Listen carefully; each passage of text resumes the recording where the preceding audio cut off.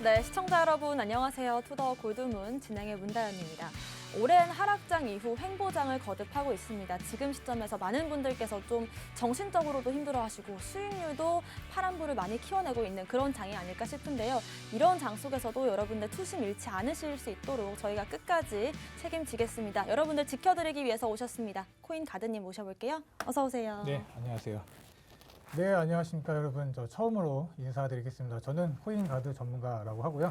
자, 우리가 좀 시장이 제가 좀 좋았을 때 나와서 여러분들께 좀 딱 나타나서 인사를 드렸으면 참 좋았을 텐데, 자, 지금 우리 시장이 좀 안 좋아요. 그런데 역으로 이런 시장이 안 좋은 이 상황에서 여러분들이 기회를 잘 잡아가시면 우리가 원하는 경제적 부를 조금 더 빨리 이룰 수 있지 않을까 좀 생각이 듭니다. 자, 그래서 우리가 오늘 준비한 좀 여러 가지 자료들, 여러 가지 뉴스들 알려드리도록 할 테니까 투더굿드문 끝까지 시청하시면서 좋은 정보, 좋은 투자 인사이트 받아가셨으면 좋겠습니다. 네, 진짜 실력자는 이 상승장이 아닌 하락장 때 빛이 난다고 합니다. 여러분들 수익률 지킬 수 있도록 코인 가드님과 끝까지 함께 하시면 좋을 것 같고요. 코인 트레이너님 모셔보겠습니다. 어서 오세요. 네, 반갑습니다. 네, 코인 트레이너입니다. 이제 어제 오늘 정말 급심한 변동성을 좀 보여주고 있는 시장입니다. 많은 분들 조금 힘들어 하실 것 같은데요. 지금 업비트 기준으로 봤을 때 한 마이너스 1.4% 정도 지금 좀 떨어지면서 제가 기존에 조금 위기 라인이라고 했던 그 구간을 계속해서 저점 테스트를 조금 하고 있는 이런 상황입니다. 이런 상황에서 조금 어떻게 대처하면 좋을지, 그리고 지금 거시적인 시장 악재도 있지만 개별적인 악재들도 지금 조금 터져 있는 상황입니다. 제가 뒤에서 이제 스테픈이랑 뭐 이더리움 그리고 또 루나 소식 관련해가지고 전달이 될 텐데, 이런 개별적인 악재들 뭐가 있는지 조금 체크해보고 이런 부분에 있어서 어떻게 대처하면 좋을지 오늘도 투더 골드문 시청해 주시면서 끝까지 잘 챙겨가시면 좋겠습니다. 네. 네, 좋습니다. 두 분과 끝까지 함께 하시면 좋을 것 같고요. 일단 시장에 어떤 악재들이 있는지부터 체크해 보겠습니다. 코인 가드님. 네, 제가 오늘 좀 준비한 악재는 한 두 가지 정도가 되겠습니다. 자, 우리가 첫 번째로 볼 게 러시아의 디폴트가 이제 임박을 했다. 자, 우리가 디폴트라는 뜻을 좀 알아봐야겠죠. 자, 디폴트는 이제 채무가 불이행이 된다라는 뜻인데, 뭐 이런 이자 지급이나 좀 원리금 상황을 이행하지 못할 때 좀 선언이 나오는 건데, 최근에 우리 러시아 전쟁이 시작되고 3월부터 이제 미국과 러시아의 좀 해외 달러 이런 뭐 자산을 동결 차단을 했기 때문에 또 서방에 좀 제재도 좀 많이 와 있는 상태입니다. 자, 이런 상황에 문제가 러시아에 투자가 돼 있는 이런 많은 유럽 은행들이 연쇄적인 좀 타격을 입을 수가 있다라고 좀 생각이 들고, 자, 그래서 이런 연쇄적인 타격을 입으면 우리 금융권들에 대한 좀 문제가 좀 올 수가 있겠죠. 자, 이는 자산 시장에 단기적인 좀 하락이 좀 있을 수가 있다라고 좀 말씀을 드리고요. 자, 여기서 이제 미국이 지금 어떻게 하고 있냐를 보면은 미국 자국민 투자 보호를 위해 뭐 채권 원리금, 뭐 주식 배당금 같은 경우를 5월 25일까지 이제 우리가 받을 수 있도록 유예 기간을 줬습니다. 자, 그런데 자, 지금 미국에서 이 유예 기간을 연장하지 않기로 했습니다. 그래서 러시아가 만약 지금 이 방법, 우리 이 지불을 할 수 있는 이 방법을 찾지 못한다면 러시아 지금 이 상태로 기술적으로는 디폴트가 상태가 되지만 저는 이 상황이 크게 이제 그 큰 변화를 이끌어내지는 못한다라고 좀 생각을 하는데, 자, 지금 이미 전쟁이 터졌고 러시아 자체가 지금 세계 자본시장과 이미 이제 단절이 돼 있고, 이는 계속 이제 지속이 될 상황이라고 생각을 합니다. 자, 그래서 이런 상황에 우리 지금 전쟁이 이제 지속이 될까, 할 수 있을까, 뭐 이런 것도 좀 지켜봐야겠죠.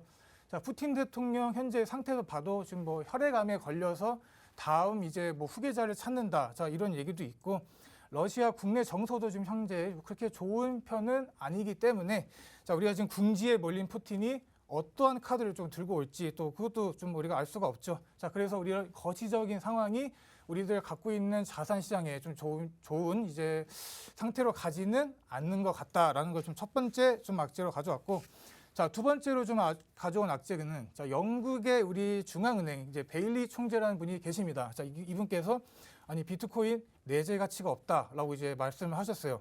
자, 근데 그래서 이 비트코인이 좀 뭐 실용 가치가 없다 이런 식으로 말을 하셨는데, 자, 그런 사람들이 이제 비트코인을 좀 보유하기를 원한다라는 좀 뜻으로 말씀을 하신 것 같아요. 그래서 뭐 사람들은 뭐 이런 종류의 뭐 우표나 뭐 이런 걸 수집을 해서 그걸 이제 가격이 오르면 팔고 이런 식으로 지금 말씀하신 것 같은데, 자, 우리 코인 시장 보면은 주식 시장보다 더 많은 이런 영향력이 있는 사람들의 한마디 한마디가 큰 시장의 방향성을 좀 결정할 수가 있습니다. 자, 그렇기 때문에 이런 식으로 좀 비트코인은 실용적이지가 않다, 뭐 내재 가치가 없다라고 좀 말을 하는 거를 보면은 자, 우리 단기적인 코인 차트 역시 움직임은 좋지는 않겠죠. 자, 그러나 여기서 우리가 제가 생각을 해봐야 될 게 뭐냐면 자, 기본적으로 우리가 내재 가치에 대해서 한번 생각을 해보자라는 말씀을 드릴 수가 있겠는데 자, 내재 가치 이퀄 효용성. 자, 이게 그대로 가야 되는 건가라고 좀 생각을 해볼 수가 있겠죠. 그러면 자, 우리가 금을 한번 생각을 해봅니다. 금.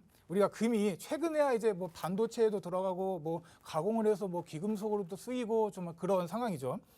그런데 몇백 년 전에는 단순하게 그냥 뭐 흘러다니던 그런 좀 뭐 귀금속으로 사용되는 뭐 그런 광물이었다. 자, 그런데 다이아몬드도 마찬가지죠. 그래서 이들이 지금 이렇게 현재 가치가 있는 이유를 잘 생각을 해 본다면 절대 썩지 않죠. 절대 썩지 않고 그 형태를 초장기가 이제 유지가 가능하기 때문에 자, 이가 비트코인과 같다라고 좀 보시면 돼요. 그래서 비트코인도 2,400만 개, 자, 발행량이 한정이 되어 있습니다. 그렇기 때문에 절대 이런 속성들을 바꿀 수가 없어요. 그리고 심지어 금처럼 이제 우리가 휴대를 하고 뭐 이렇게 왔다 갔다 좀 할 필요가 없죠.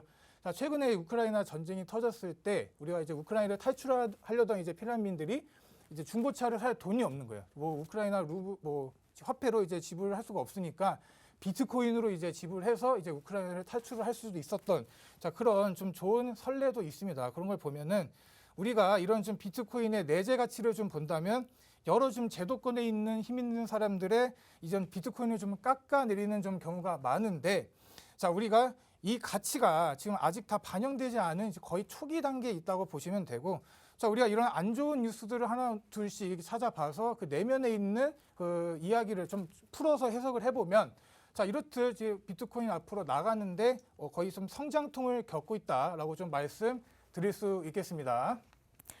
네, 그렇습니다. 아무래도 지금 자금 시장이 좋지 않은 상황에서 디폴트 우려가 계속해서 나온다는 것 자체가 여러분들께서도 좀 우려스러운 부분이 있을 것 같은데요. 사실은 이제는 러시아가 이 국제 정세와 분리가 됐기 때문에 아무리 디폴트에 임박을 했다라고 하더라도 이제 그 글로벌 시장에 미칠 영향성은 굉장히 작아졌다라고 볼 수가 있겠습니다.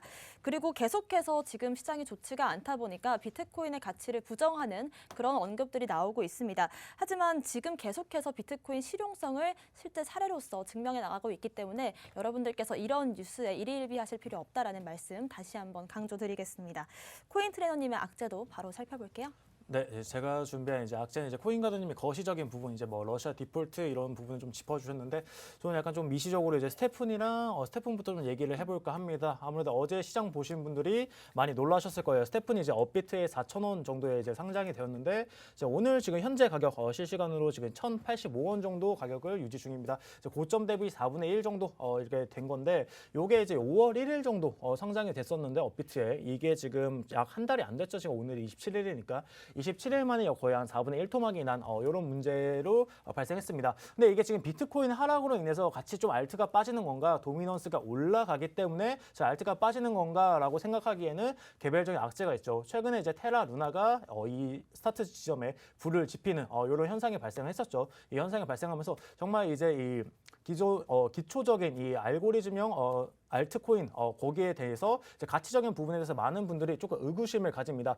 우선적으로 어제 이제 스태픈 정말 가격이 좀 많이 떨어졌어요. 우선적으로 왜 떨어졌냐라고 보시면 오픈시에서 원래 스태픈을 통해서 M2E죠. M2E를 하려면은 이제 NFT를 구매를 해야 됩니다. 이 신발을 사는 NFT 구매가 첫 번째로 실행이 되어야 돼요. 근데 요거를 솔라나 생태계에서도 살 수가 있고 바이낸스 생태계에서도 살 수가 있습니다. 어떤 생태계든 이렇게 해가지고 NFT만 구매를 하게 된다면은 이제 GST 토큰을 이제 받아가지고 걸어서 요거를 다시 뭐 바이낸스 체인에서 바꿔가지고 이제 뭐 현금을 창출한다든지 수익을 창출한다든지 아니면 솔라나 생태계에 가가지고 요걸 바꿔가지고 수익을 창출하는 요런 이제 시스템인데 지금 이제 바이낸스 생태계랑 이제 솔라나 생태계랑 요거 신발 차이가 굉장히 많이 납니다. 그러면서 이제 투심이 요즘은 굉장히 조금 중요한 시점이죠. 아무래도 좀 시장에서 신뢰를 잃는다라고 한다면은 요게 곧 가격이 가격의 하락으로 조금 이어지는데 최근에는 이제 뭐 기존 시장 같은 경우에는 엑시 인피니티를 제외하고는 이제 실제 사례랑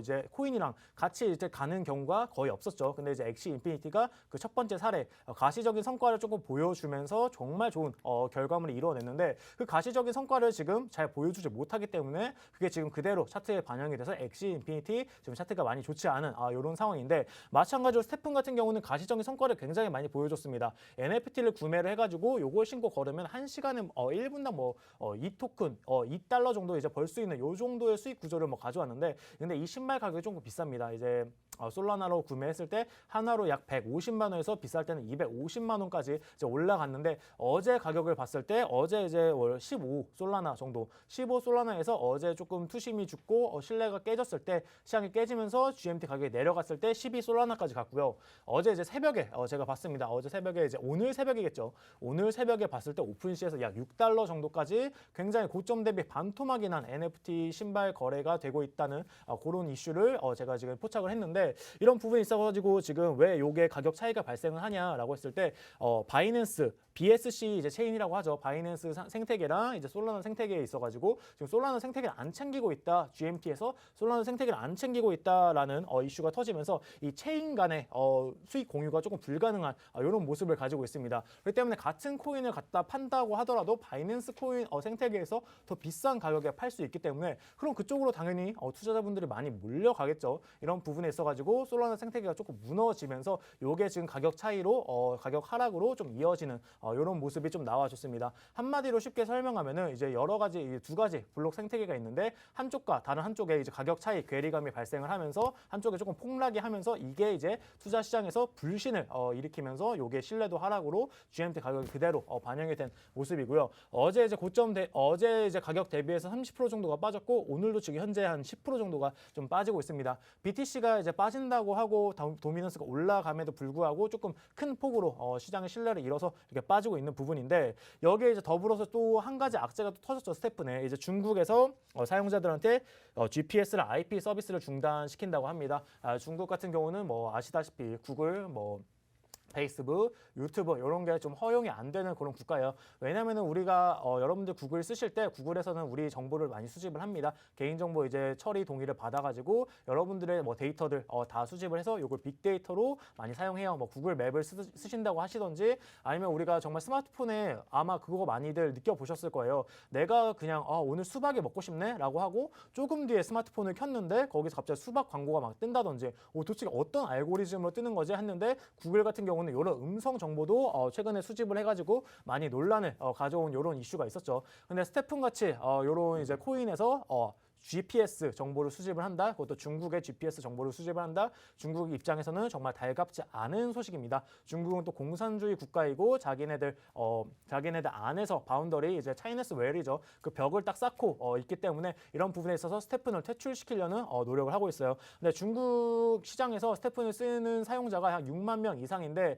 지금 이게 암호화폐 시장 최근에 이제 비트코인도 이제 채굴을 금지시켜 버렸죠. 중국 같은 경우는 비트코인도 채굴을 금지시키고 자기네들의 CBDC만 이제 발행을 해가지고 작년 이제 동계 올림픽 때 막 사용을 하고 그랬었는데 이런 부분에 있어가지고 스테픈을 이제 사용 금지시키고 아마 비슷한 류의 그런 코인이라든지 아니면 그런 프로젝트가 중국에서 나오지 않을까 생각이 되는데 일단 우선적으로는 이제 IP랑 GPS를 이제 막으면서 사실 스테픈 입장에서도 이거 중국의 한 국가가 막아버린다는데 여기에서도 대항할 수 있는 그런 강한 힘은 없거든요. 사실 중국 시장만 본다고 하더라도 지금 뭐 최근에 거시적으로 뭐 중국 상하이 봉쇄 뭐 그 막을 수 있는 국가가 어디가 있겠습니까? 미국도 지금 조금 쩔쩔매고 있는 그런 국가인데 그런 부분에 있어서 이렇게 막힌다. 조금 재개는 조금 어려워 보입니다. 이제 스테픈 코인 자체적으로 조금 이슈고요. 이용자 수가 많이 떨어진다는 것 자체는 좋지 않습니다. MOU가 굉장히 중요한데 이런 프로젝트들은 엑시 인피니티 사례를 앞서서 들면은 MOU가 계속 떨어지면서 그게 가격 하락으로 계속 이어졌어요. 이 프로젝트도 마찬가지입니다. 이 프로젝트도 MOU가 굉장히 중요합니다. 이용자 수, 월간 이용자 수 아니면 주간 이용자 수 이용하는 사람이 많아야지 돈을 많이 벌고 그다음 토큰을 소각시키면서 가격을 올릴 수 있는 이런 구조를 가지고 있는데 이용자 수 자체가 조금 떨어지게 된다. 시장 자체에 조금 악재라고 보시면 좋을 것 같고 이 부분에 있어가지고 스테픈이 중국 대륙과 조금 싸워가지고 이길 수 있는 가능성은 조금 희박하다고 일단은 보고 있습니다. 그러면서 이제 이 중국 시장 이런 행태가 웹 3.0 우리가 탈중앙화죠. 탈중앙화 시장으로 나아가는데 조금 걸림돌이 될 수 있지는 않을까 조금 걱정을 개인적으로 좀 하고 있고요. 일단 스태픈 같은 경우는 이제 지금 가격적인 측면, 지금 뭐 저점이다라고 매수가 들어가면은 좀 안 되는 구간입니다. 좀 차트를 보면서 제가 조금 스태픈 지금 차트 잠깐 보면서 설명을 해드리도록 할게요. 일단 업비트 차트는 조금 짧습니다. 업비트 차트는 이제 상장 시작하고 조금 짧게 하락하는 모습만 보여주고 있기 때문에 제가 바이낸스 차트에서 GMT 코인을 조금 보여드리도록 하겠습니다.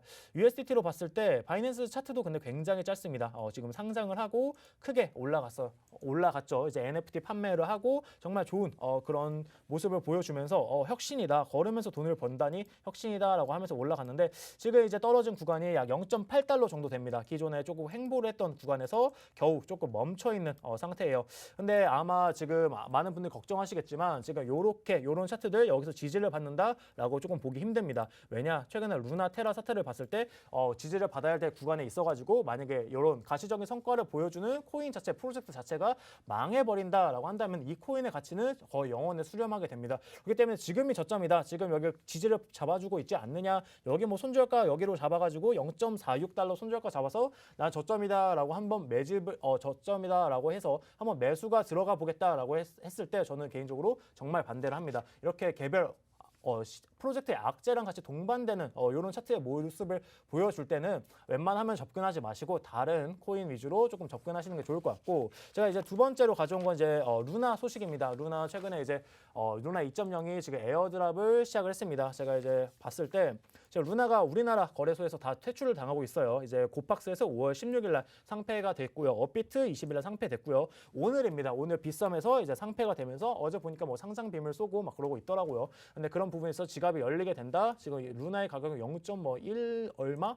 정말 이제 뭐 거의 그 바닥에 있는데 지금 업비트 빗썸 같은 경우는 그래도 몇백 원 하고 있죠. 그런 부분에 있어가지고 지갑이 열리게 되면 순식간에 폭락할 수 있으니까 이런 부분 참고해가지고 하시면 될 것 같고 또 한 가지 좀 문제가 되고 있는 게 지금 테라 2.0 한다고 했을 때 지금 많이 거의 한 88%가 이제 찬성을 했다라고 합니다. 근데 이 88% 찬성 이 투표권 자체를 루나를 많이 가지고 있는 사람들한테 분배가 되어 있는 이런 구조입니다. 그렇기 때문에 루나를 당연히 많이 가지고 있는 사람들은 어떻게든 루나가 다시 재상장되면은 내가 정말 거의 뭐 1원만 가지고 있지만 이게 10원이 된다. 최소한의 금액이라도 건져오고 싶은 그런 마음이기 때문에 이걸 하는 것 같은데 일단 권도영 대표가 UST를 또 이제 3억 달러 정도 이제 소각을 13억 달러 정도 UST를 소각을 시킨다고 했는데 이 13억 달러 정도 UST 지금 UST 가격이 원래 1달러에 패깅이 돼야 되는데 지금 가격이 막 0.25 막 이러고 있는데 이거를 소각을 시켜버린다. 이 UST를 믿고 UST로 이제 스테이블 코인으로 거래를 했던 사람들을 거의 무시해버리는 그런 행위라고 지금 좀 보여지거든요. 이 13억 달러가 그냥 이제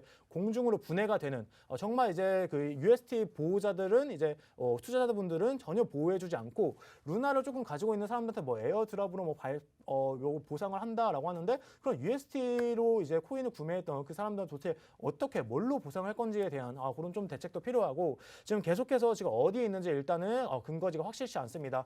테라폼스 어디 있는지 모르고요. 그다음에 라이프가드 파이낸스 당연히 어디 있는지 모릅니다. 싱가포르에 최근에 갔는데 없어요. 그냥 없습니다. 이런 부분에 있어가지고 또 도건이가 또 권도영 씨가 또 최근에 또 트위터를 통해 가지고 자기는 뭐 이제 국내 거래소에 루나 재상장을 신청한 적이 없다라면서 조금 조롱이 담긴 그런 글도 좀 올리고 했었는데 시장에 약 50조 이상을 좀 증발시켜 버리는 이제 사람으로서 이런 행태는 조금 안 좋다고 보여지고 있고요. 지금 이제 거시적인 시장 악재 이외에 지금 제가 오늘 말씀드린 루나, 스태픈 이런 악재가 조금 겹쳐지면서 지금 시장에 조금 내려앉고 있는데 이런 신생 프로젝트들 들어가실 때 항상 이 수익 구조 어떻게 수익 구조가 정말 명확하게 수익 분배는 어떻게 되고 어디서 돈을 벌어가지고 어떻게 이제 우리 투자자분들한테 분배를 해주는지 이런 알고리즘을 확실하게 이해를 하시고 물론 이제 영어로 되어 있어서 이해하기 힘든 그런 부분도 있지만 최대한 한번 정보 최대한 찾아보시고 이 상품 구조에 리스크 허점은 없는지 체크하시고 들어가시는 게 좋을 것 같습니다. 네.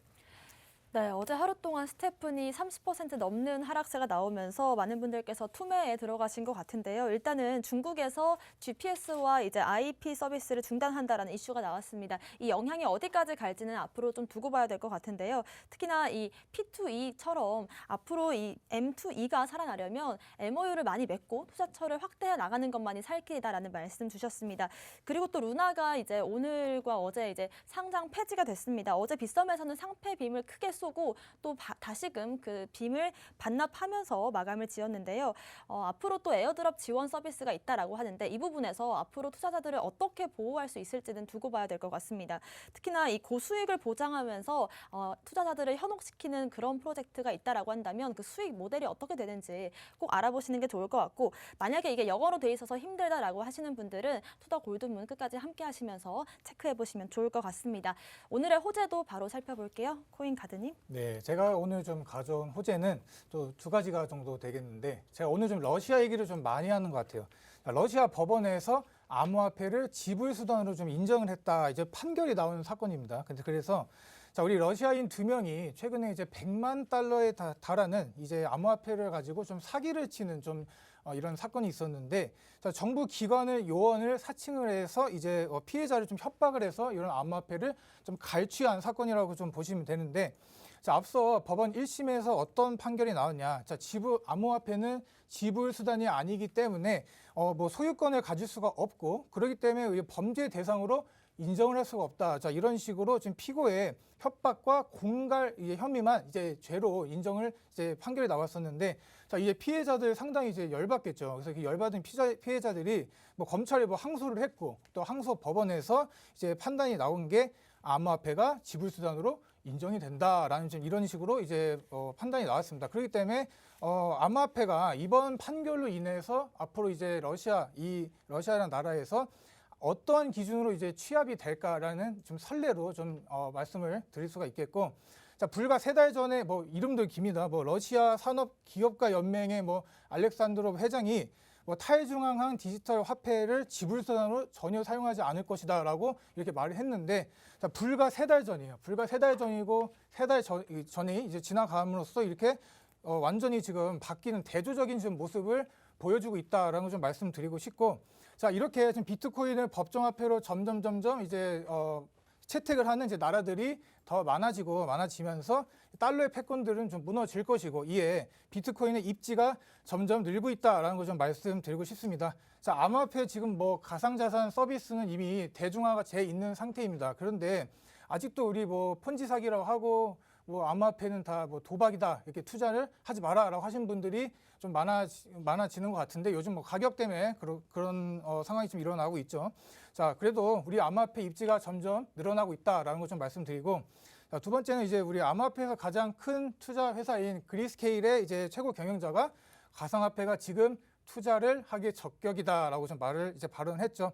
뭐 당연한 얘기입니다. 이런 암호화폐에 뭐 완전 이제 투자 회사가 뭐 암호화폐에 대해 안 좋은 얘기를 할 리는 없잖아요. 자, 그래서 그 속을 한번 들여다 보면은, 자, 인터뷰를 통해서 이제 가상화폐 투자자들이 현재의 비트코인 가격 하락을 위기보다 기회로 본다라고 좀 말을 하고, 자, 그래서 이런 지금 이분이 말하는 게 뭐냐면 백악관에 좀 명확하게 좀 법적인 지침을 좀 내려달라라고 좀 얘기를 하는 것 같아요. 자, 왜냐하면 독일 같은 경우에는 암호화폐를 1년 이상 좀 보유를 할 시에 이에 대한 세금을 좀 이제 면제를 해주는 그런 지금 암호화폐 진흥책을 좀 피고 있는 상황입니다. 그래서 미국 정부도 이와 같은 좀 진흥책을 좀 펴라라고 얘기를 하는 것 같고요.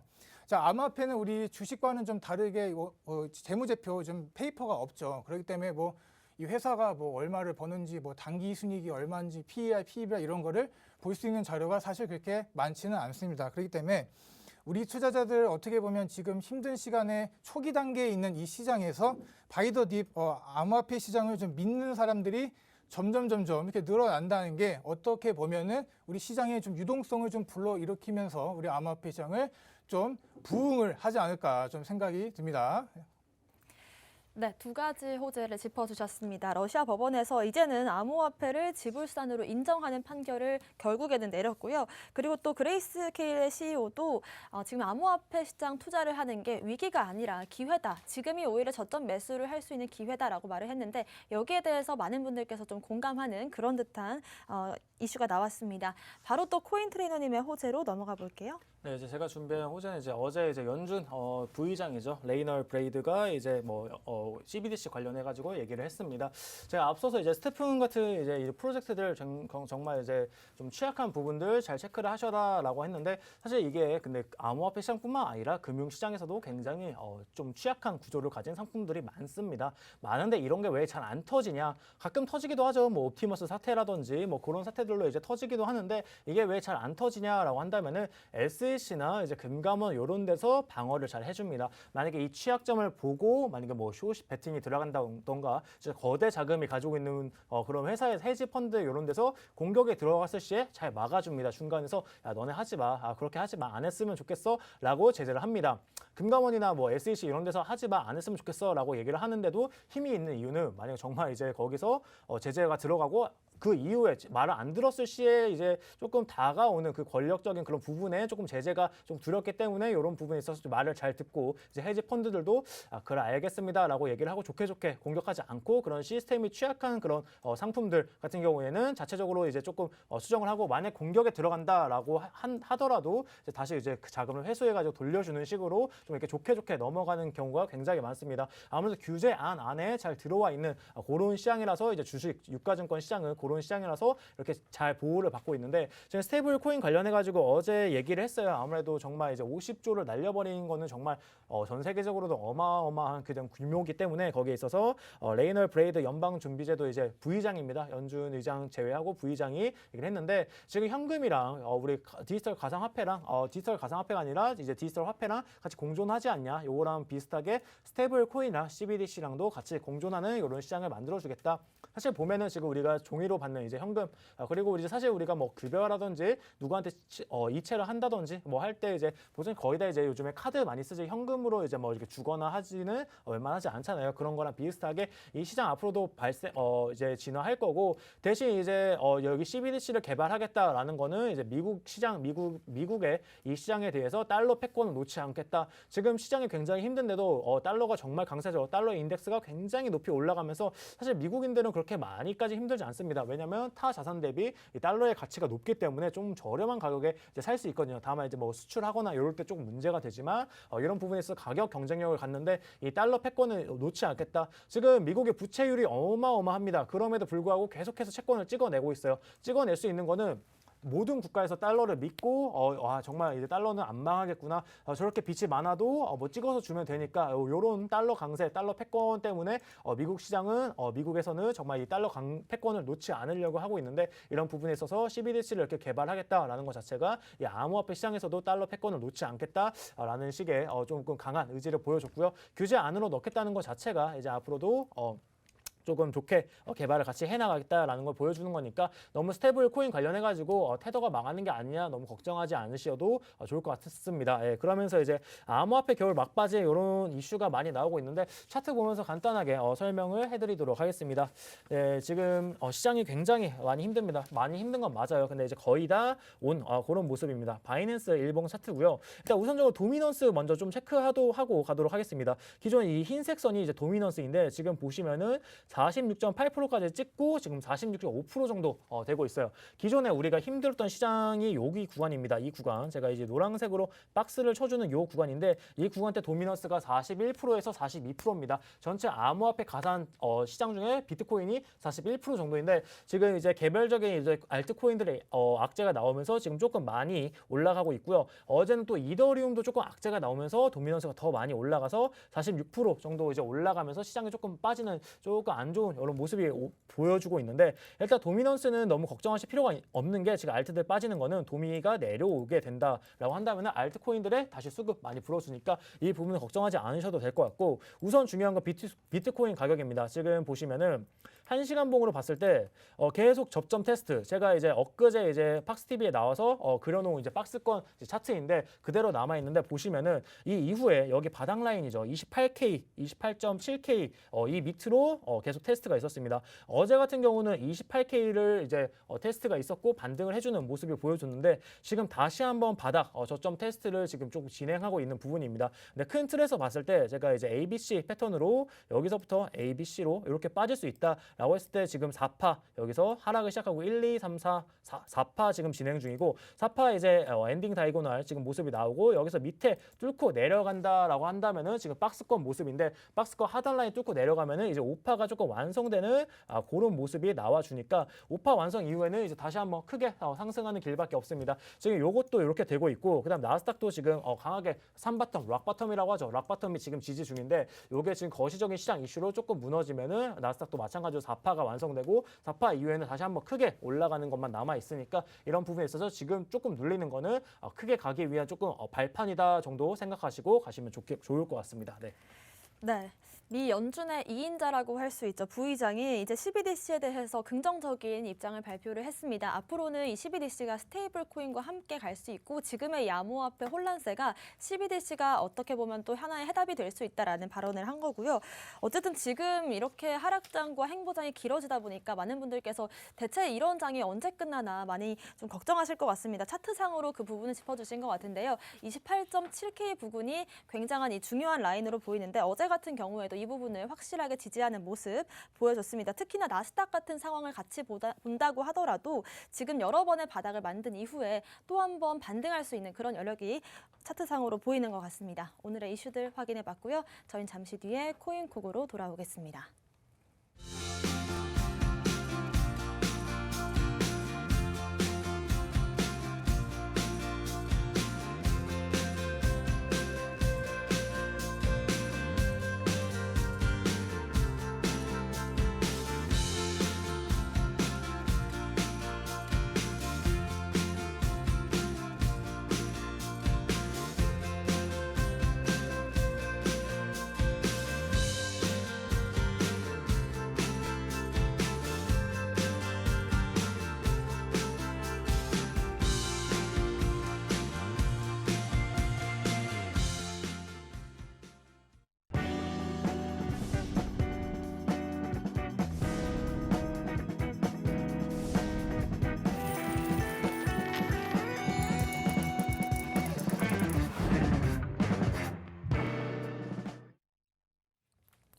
네, 코인콕 특징주 분석 시간입니다. 지금 시점 중요한 특징과 이슈들 보여주고 있는 코인들 바로 분석해 보겠습니다. 먼저 코인 가드님의 특징 코인부터 살펴볼게요. 네, 제가 오늘 가져온 코인은 디카르고라는 코인입니다. 물류 네트워크를 통한 암호화폐다라고 보시면 되고 기존의 물류 산업의 비효율성을 개선하는 게 목표다라고 대표적인 김치 코인 중 하나다라고 알고 계시면 될 것 같습니다. 자, 그래서 여기 정보 차트를 보면서 말씀드릴게요. 여기 정보를 보면 시가총액이 그렇게 막 높은 편은 아닙니다. 그렇기 때문에 이런 가벼운 시총들은 세력들이 쉽사리 이게 장난질을 하기가 쉽습니다. 그렇기 때문에 매수 매도에 있어서 신중할 필요가 있다라는 말씀을 드리고요. 현대에는 유연한 물류 서비스에 대한 그런 니즈들이 증가하잖아요. 그래서 어떻게 보면 이 디카르고 하는 이런 프로젝트를 우리는 응원을 하면서 그래도 우리는 매수를 잘 해야 된다라고 말씀을 드리고, 자, 차트를 보면은 이제 확대를 해서 볼게요. 확대를 해서 보면은 자, 작년에 있던 이제 불장 때 거의 이런 상승을 870원까지 가면서 이런 상승세가 짧긴 했어요. 그런데 상승력은 좋았다라는 걸 말씀드리고 싶고, 어찌됐든 이렇게 상승이 한번 크게 나온 코인들은 그들만의 어떤 끼가 있다라고 보시면 되고요. 자, 그렇게 이 상승분은 제외를 하고 옆 차트 옆으로 쭉 밀어서 여기서부터 이제 차트를 한번 그어볼게요. 여기서 이제 하락 추세선을 이렇게 그으면 쭉 이렇게 하락이 이루어지고 있는 상황입니다. 그래서 좀만 더 옆으로 가면 요거를 더 당겨 볼게요. 이런 식으로 지금 이 하락 추세선을 상향 돌파를 이제 하지 못한 모습, 자 이런 모습들을 좀 보여주는 걸 보면은 자 어찌됐든 이런 지금 단기적인 뭐 장기적인 스탠스는 좀 하락을 좀 봐야 된다라고 말씀을 좀 드리는데 자 우리가 좀 여기서 좀 관심 있게 봐야 될 부분이 있습니다. 여기 보면 지금 일봉을 이렇게 크게 좀 늘어뜨려 놓은 건데 자 여기서 보면 이제 좀 거래량이 좀 많이 실리면서 상승을 했죠. 자 두 번째도 여기 부분이 한번 있었습니다. 여기는 그래도 저점에서 좀 올려주는 좀 그런 거래량이었고 자 여기서 보시면 이제 고점에서 제가 항상 좀 걱정하는 부분은 고점에서 거래량이 터지면서 장대 음봉이 나온다. 자 그러면 뭐 다 알다시피 좀 하락으로 가는 좀 그런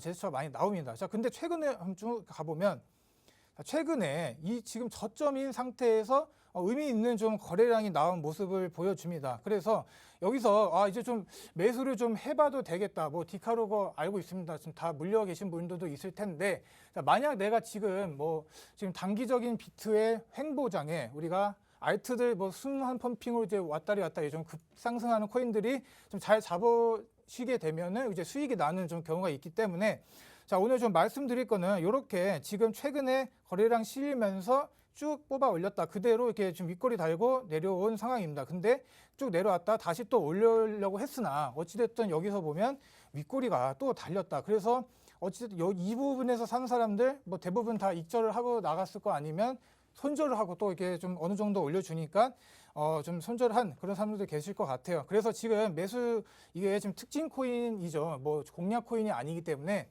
매수 매도를 정확하게 뭐 잡아드리지는 않을 거예요. 그런데 지금 이런 비트가 횡보한 와중에 한번 그래도 우리가 이런 알트코인 가지고 기회를 한번 포착을 해보자라는 좀 의도로 좀 오늘 가져왔고요.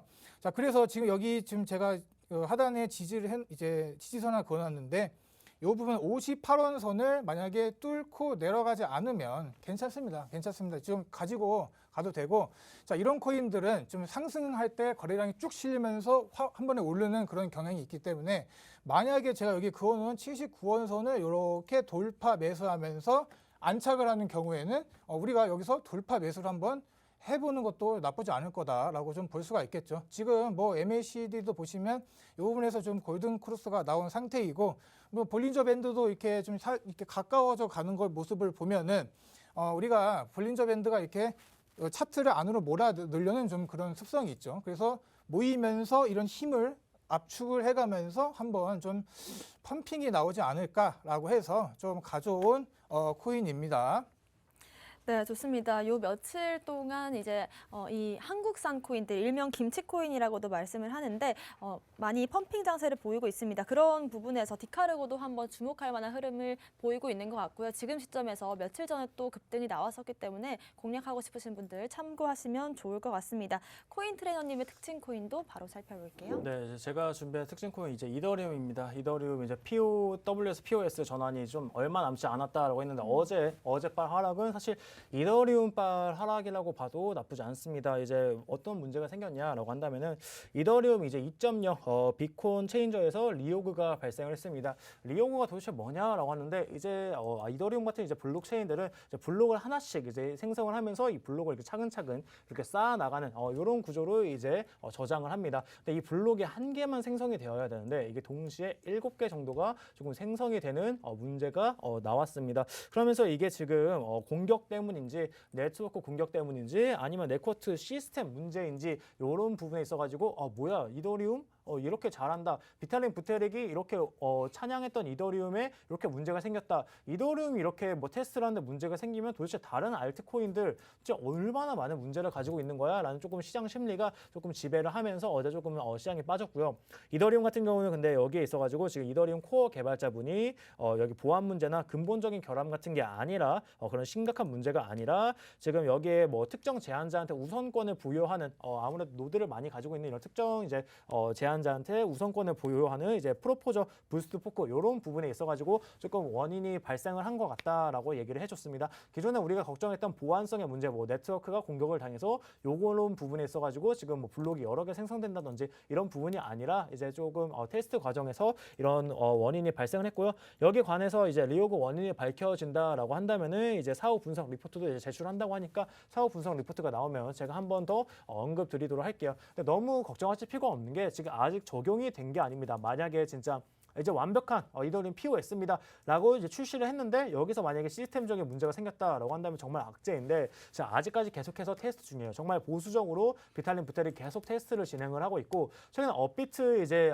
스테이킹 보셨나요? 업비트 스테이킹 보시면은 이 스테이킹한 이더리움을 가지고 요 노드들을 가지고 이제 테스트를 계속해서 진행을 해 나가고 있는데 사실 어떻게 보면 베타 버전입니다. 베타 버전에서 나온 이제 문제를 가지고 요게 이제 시장의 악재다. 왜냐면 지금 사실 이더리움 네트워크는 정상적으로 계속해서 진행 중입니다. 작동 중이고 매출이 나가는 구조예요. 이더리움 같은 경우는 가스비로 나가겠죠. 네, 이런 부분에 있어가지고 매출이 나가고 정상적으로 움직이는데 이 테스트 과정에서 있었던 이런 부분을 가지고 이더리움은 안 되겠다라고 말한 거는 조금 너무 빠르지 않나라고 보고 있습니다. 하지만 일단은 이런 부분에 있어서 우리 투자자분들은 잘 알고 계시지만 모르시는 분들 일단 시장에서 조금 안 그래도 좀 공포 분위기가 좀 만연해 있는 시장에 조금 악재가 덮이면서 이렇게 조금 가격 하락으로 좀 이어진 것 같고요. 차트 한번 보면서 말씀드리도록 하겠습니다.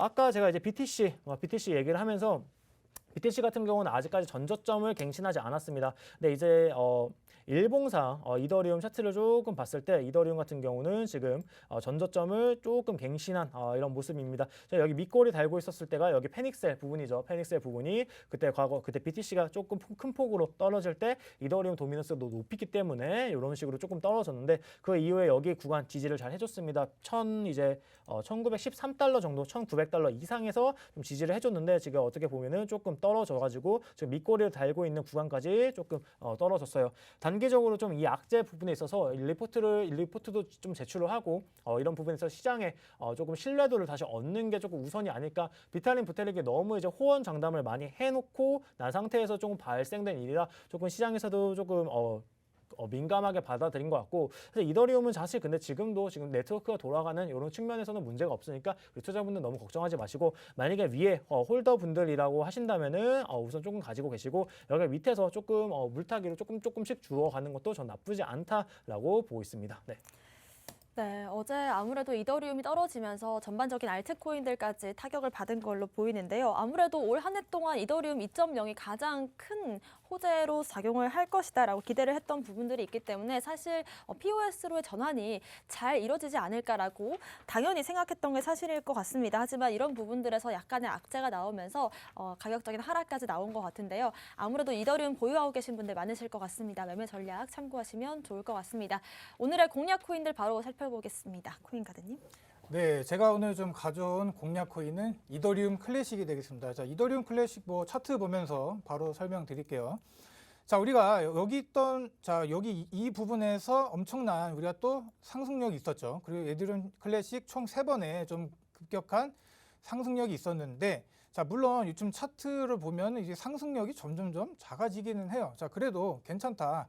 이렇게 상승력이 이렇게 크게 나왔던 코인들은 다음에도 다시 한번 큰 상승력이 좀 나올 수 있는 그런 걸 좀 먼저 말씀드리고 싶었고 자, 지금 일봉으로 돌아가 볼게요. 일봉으로 좀 가보면 자, 여기 보시는 이 십자가 부분 있죠. 이 십자가 부분이 우리 반감기가 있었던 시점입니다. 우리 반감기가 이클에 반감기가 있었는데 자, 반감기라 하면 우리가 이제 가상화폐 이제 채굴을 보상이 좀 줄어든다라고 얘기를 하죠.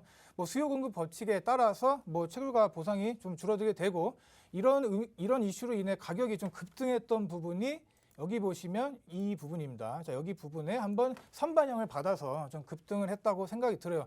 많은 투자자분들이 여기서 계속 올라갈 거다라고 좀 생각하신 분들이 많은데 자, 우리가 예상을 하면 항상 코인 시장 다르게 가는 거 다 알고 계실 거고 자, 그래서 이 예상을 깨고 쭉 내려왔죠. 자, 그래서 많이 내려온 하락분이 나온 상태인데 거의 원래 있던 제자리까지 다 돌아갔다라고 생각이 듭니다.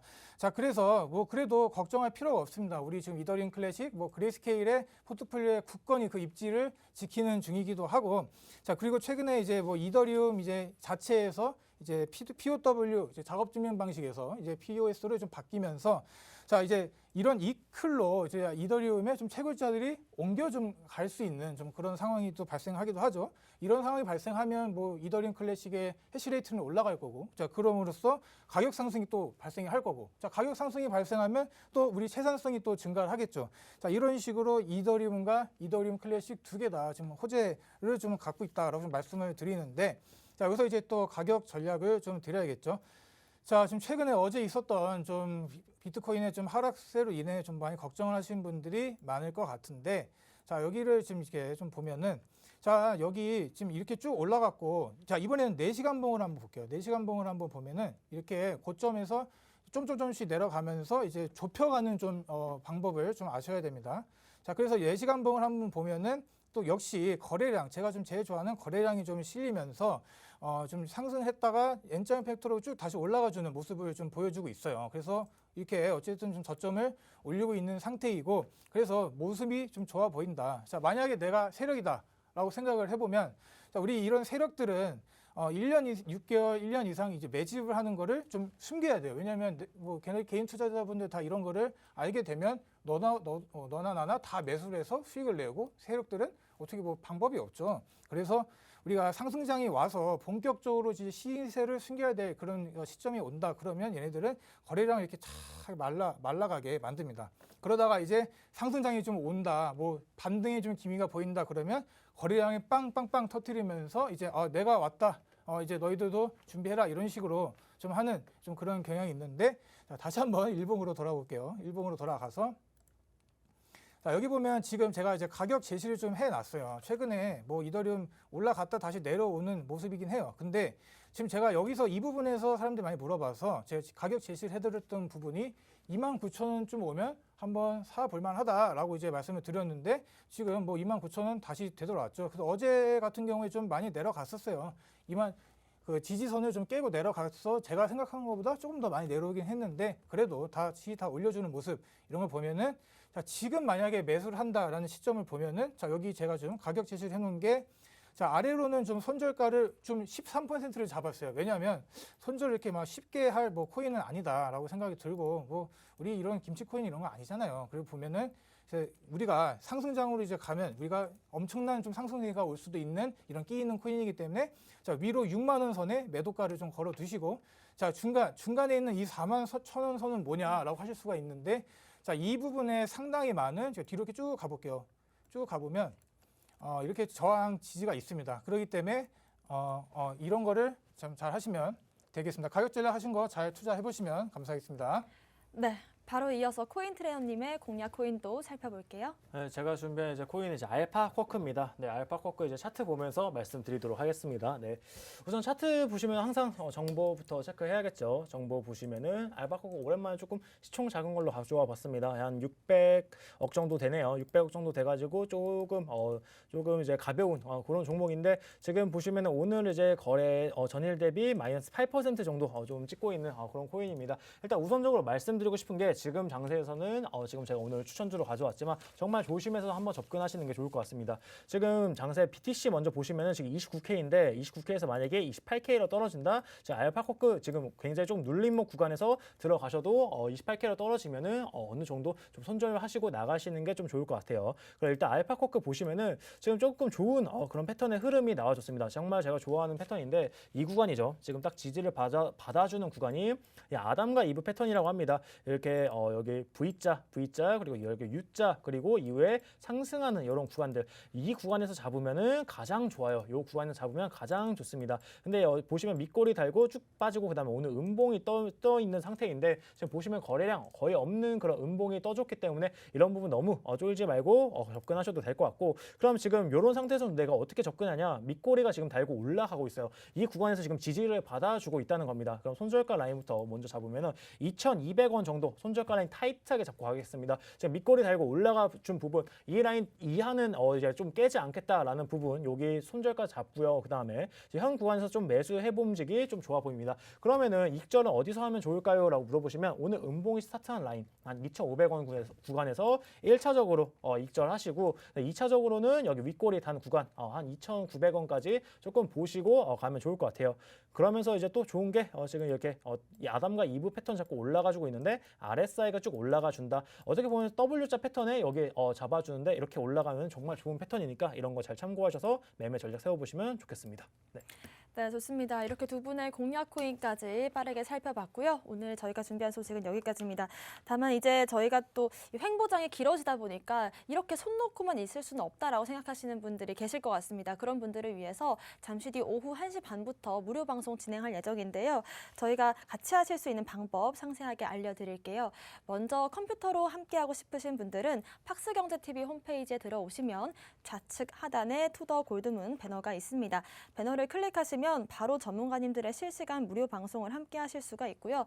또 나는 핸드폰으로 함께하고 싶다라고 하시는 분들은 여러분들께서 제일 자주 쓰시는 그 사이트 있잖아요. 녹색 창에 투더 골드문 검색하시면 상단 링크 통해서 함께 하실 수가 있습니다. 저희 실시간 방송으로 진행이 되고요. 또 여러분들과 함께 소통할 수 있는 그런 창도 열어두고 있습니다. 오후 1시 반부터 함께 하시면서 지금의 이 횡보장에서 어쩌면 반등 직전 마지막 타이밍일 수 있는 이 장에서 어떤 코인들을 좀 내 포트에 담으면 좋을지 여기에 대한 전략들 그리고 지금 만약에 물려 계신 분들이 있다라고 한다면 어느 시점에서 여러분들이 추가적인 매매를 진행하는 게 좋을지에 대한 해답들까지 드리도록 하겠습니다. 함께 하시면서 여러분들 궁금하신 점 있으면 또 댓글로서 함께 해주시면 좋을 것 같고요. 여러분들 위해서 일단 이슈부터 차트까지 상세하게 알려드리도록 하겠습니다. 잠시 뒤 오후 1시 반부터 무료 방송 함께 하시면 좋을 것 같습니다.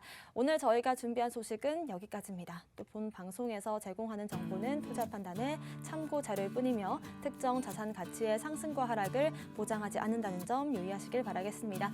저희는 다음 이 시간에 오겠습니다. 시청자 여러분 고맙습니다.